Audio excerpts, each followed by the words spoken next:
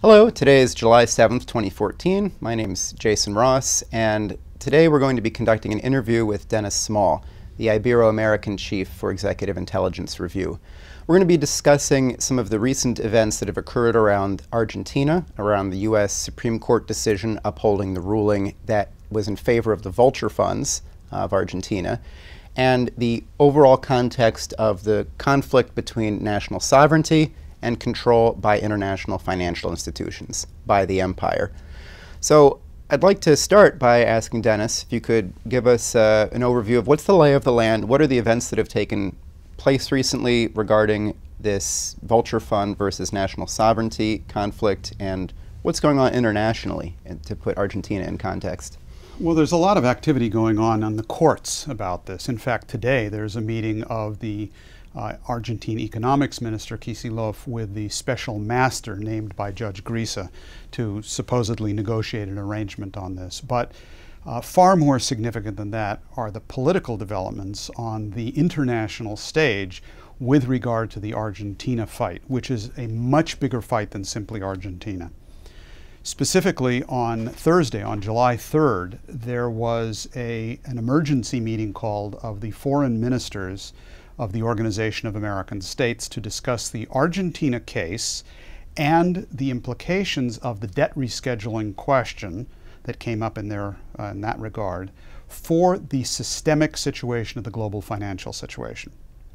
Now, what came out of that meeting was a resounding vote of support for Argentina in their battle against the vulture funds, because what's at stake is that you have a total financial warfare offensive against Argentina as a precedent for every nation around the world of funds that had purchased Argentine bonds at default for pennies on the dollar with the intention of going to court and suing for 100 cents on the dollar plus penalties, plus interest, plus arrears, and so on. And in one case, they're talking with NML Capital, which is one of these horrendous vulture funds, headed by Paul Singer, who incidentally is one of the principal financiers of Republican congressional campaigns, I should add, that they were demanding what amounted to a 1,608% return on their quote-unquote investment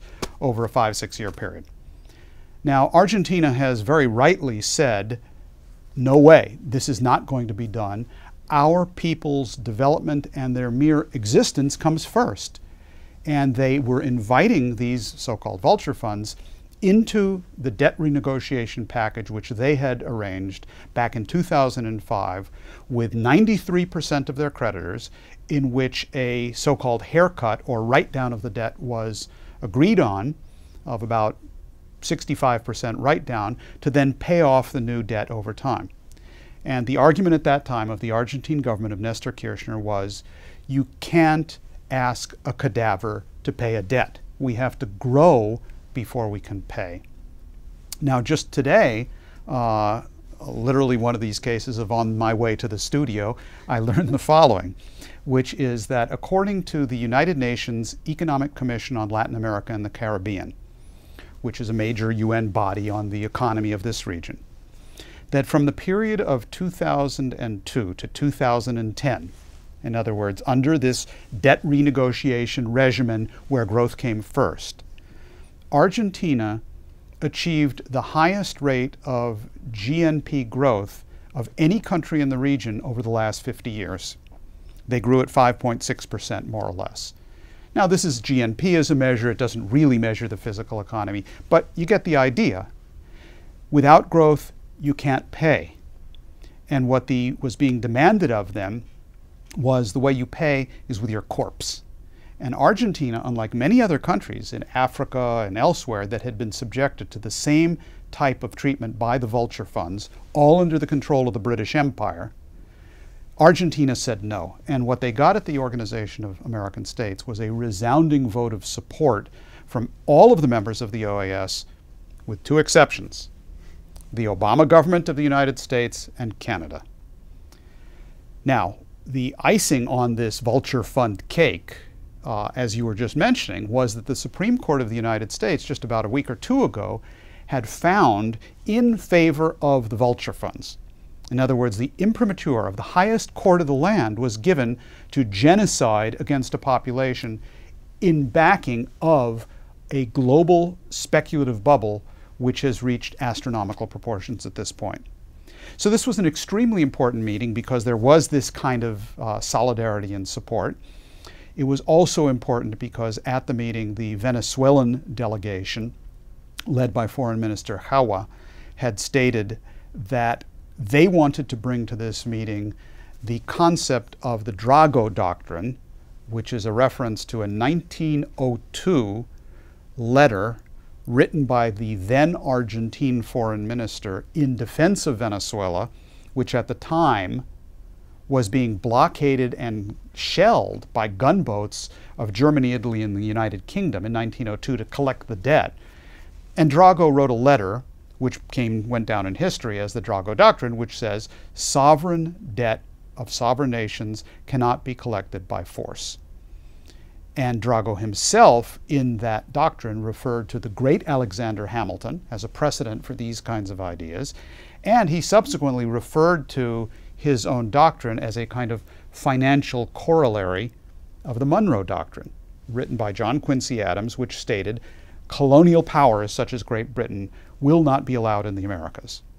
So for Venezuela to bring that issue before the OAS in 2014, going back 112 years, saying this is why we are today supporting Argentina, and saying it's why we supported Argentina on the Malvinas in 1982, on a doctrine from 1902, which traces back to the origins of the American Revolution, now being violated by the Obama government and the Supreme Court of the United States.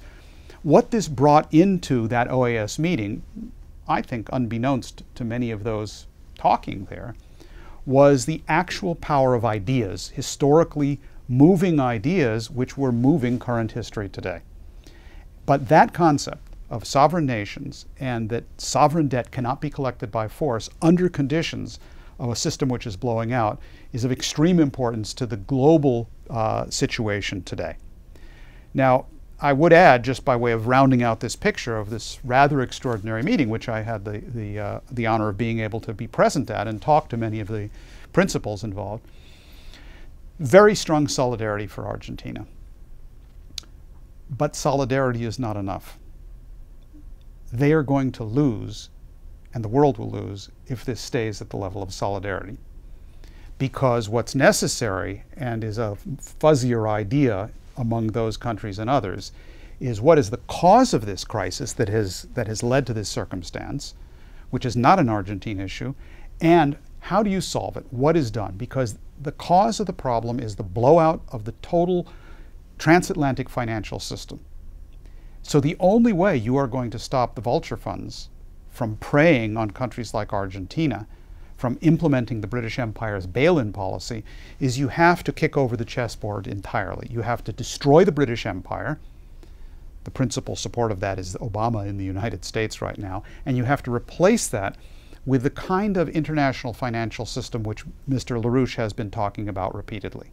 So solidarity won't do it. You're going to need, in addition to that, the South American nations linking up with the motion coming from the countries in the Asia-Pacific region, in particular Russia, China, and others, who incidentally will be meeting at the BRICS meeting in Brazil in just a few days on July 15th, including with Argentina and other countries. And most significantly of all, you must have a world drive immediately towards Glass-Steagall bank separation, in order to destroy the entire speculative apparatus, along with the remaining points of LaRouche's four-point plan, which includes setting up a Hamiltonian national bank with the idea of then issuing a credit system for development projects to foster the productive powers of labor, and especially keyed on fusion energy as the driver of this.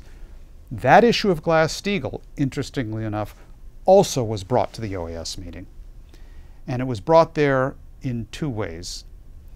First, it was brought by the foreign minister of Guyana, the acting foreign minister, Robeson Ben, who in his remarks immediately prior to the vote called for a return to Glass-Steagall, since its repeal had destroyed the world financial system and led to the crisis in Argentina.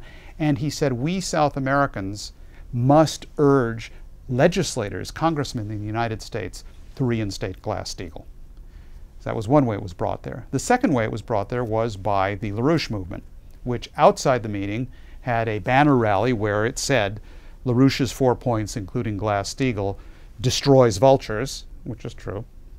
And inside, in our discussions with ministers, ambassadors, and others, we were discussing this extensively.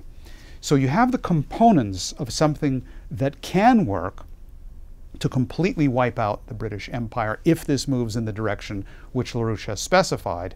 Therefore, there are great possibilities coming from it, but this is not yet a done deal. This is a battle in progress. Right, and you brought the distinction between a monetary fight, or the issues of monetary policy and money itself, versus the issue of sovereignty. What we're seeing is the use of money and regulations and lawsuits and control of it to effectively eliminate national sovereignty on the planet. That would be the intent of the vulture funds at this time. I was wondering if you could, I've got a couple questions for you. One, I was wondering if you could talk about debt as a weapon and Mr. LaRouche's proposal some decades ago to use a debt bomb as a way of breaking free from monetary control then. Let me start by asking you about that. Well, yeah, there's debt and there's debt. In the case of the world financial system today, we've recently documented that total financial aggregates internationally are now zooming towards the barrier of $2 quadrillion internationally, and probably has broken through that barrier by now. These are the latest statistics of the Bank for International Settlements on what's happening with derivatives, as analyzed and presented by Executive Intelligence Review. You have a growth rate of this bubble now that's going on at 20% per year, which had chilled out a little bit from the period of 2008 to 2012 under the conditions of the crisis, but now that is now off to the races again. And it is the British Empire's effort to implement the bail-in policy of salvaging the select few large banks and financial institutions while destroying the population of the planet with austerity measures, such as knocking out 6 out of 7 billion people, which is their stated intention, which is behind things like are happening in Argentina. So those financial instruments have absolutely no standing and merit whatsoever under law. That is not legitimate debt. It is illegitimate debt. It is gambling debt. It's the same thing as betting on a horse at the when you go out or you go to the casino or go to Atlantic City or Las Vegas. Nowadays, of course, you don't have to go to Atlantic City or Las Vegas. You can just go to the corner because it's being legalized around the country.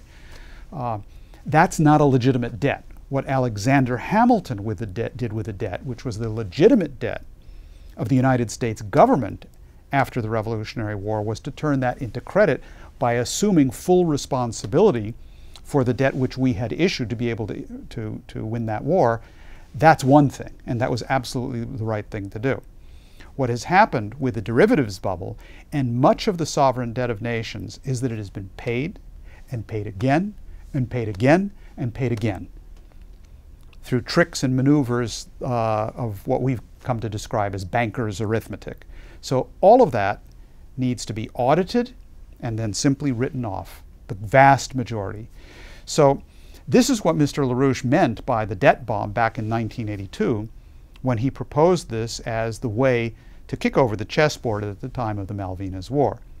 Today, the equivalent of that debt bomb then would be Glass-Steagall, because what that in fact does, if you apply the strict Roosevelt Glass-Steagall standard today, is that it completely wipes out the 90% of all of those financial aggregates, all 2 quadrillion of them, which are derivatives. Derivatives are nothing but bets to cover losses. That's all they are. They're not legitimate financial obligations. So that can and must be written off. And that has been a constant policy of Mr. LaRouche's going way back, because the productive physical economy is what has to actually be favored. Now, this is what many of the nations of Asia and the Pacific are actually doing. This is what Russia is doing. This is what China is doing. And there is a very significant amount of diplomacy scheduled for the next 2 weeks around the BRICS meeting, where these issues will be on the table as to how you gear a financial system to permit the development of the productive powers of labor in the respective economies. Good. Let me ask you about the response to that then, because you mentioned a few of these things, the solidarity around Argentina, the BRICS meeting, the push for an Asian Development Bank, increasing de-dollarization of national deals being done in local currencies rather than through the use of the dollar. I guess the question would be, this bringing up of Glass-Steagall at the OAS, the increasing momentum for that. What's the response? How does the financial empire respond to these things? Where do they go from here? Well, they have a couple of options on this thing. One is to simply blow the world up through nuclear war, and I don't say that lightly. Their intention under these circumstances is to initiate the kinds of wars which they have been initiating. Syria, Iraq, Ukraine, each and every one of them, illegal wars initiated unconstitutionally by the Obama administration, who is in the Queen's hip pocket, which is not a very pleasant place to be. But that's his choice, and that's where he's chosen to be. Now, so that is an option, to go for global warfare to try to force the Russians and the Chinese in particular to back down. The other thing on this, their other option, is to simply force the transatlantic sector to sink into financial chaos altogether. And the crucial battleground on this is the United States. Will the United States break with Obama, break with this British tradition, and go back to the principles on which our nation was founded, as expressed by Hamilton, or in Lincoln's greenback policy, or the Monroe Doctrine, or what Kennedy did, Roosevelt did, Glass-Steagall, and what LaRouche is proposing today? If so, the United States can retake control of our own dollar. The dollar today is not controlled by the United States of America as a constitutional republic. The dollar is controlled by the British Empire. Just as our presidency has been taken over by the British Empire, our dollar, since the Eurodollar crisis of the 70s and so on, has been taken over by the British Empire. So if we can resume control over our own dollar, which means a thorough banking reform of the United States, Glass-Steagall going back to a Hamiltonian system, Wall Street gets wiped out, tough luck, no loss to anybody but a handful of people there, most of whom are probably so high on cocaine that they won't feel the pain. And then we have a situation where the United States can be the necessary partner of what's going on in the Asia-Pacific region. If that does not happen, then the prospects of the world are not encouraging, because Russia, China, and these countries are breaking with the dollar. They are not going to go down.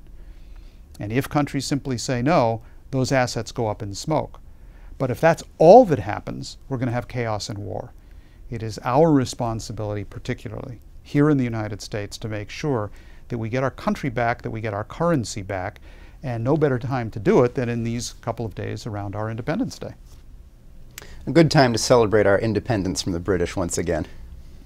Right, and to celebrate it, we should do it. Yeah, implement it. That's right, we better have something to actually celebrate on this thing. LaRouche summarized the situation really very straightforwardly in recent discussions that we've had with him. He said, the choice is very simple. It's Wall Street or mankind. You choose. And that's a choice that can't be made without our activity here in the United States. Well, thank you, Dennis. I think this was a very helpful discussion. And for our viewers, these are exciting developments, but obviously, as Dennis has been covering, these aren't the sort of things to watch from the sidelines and cheer on and be happy about alone. We have to transform the United States and break from the British rule here, or the potential world that could come into being is not going to happen. We are faced with war as the response to the bail-in situation that we're in. That's the alternative, war or mankind. So thank you for joining us, and stay tuned to LaRouche Pack.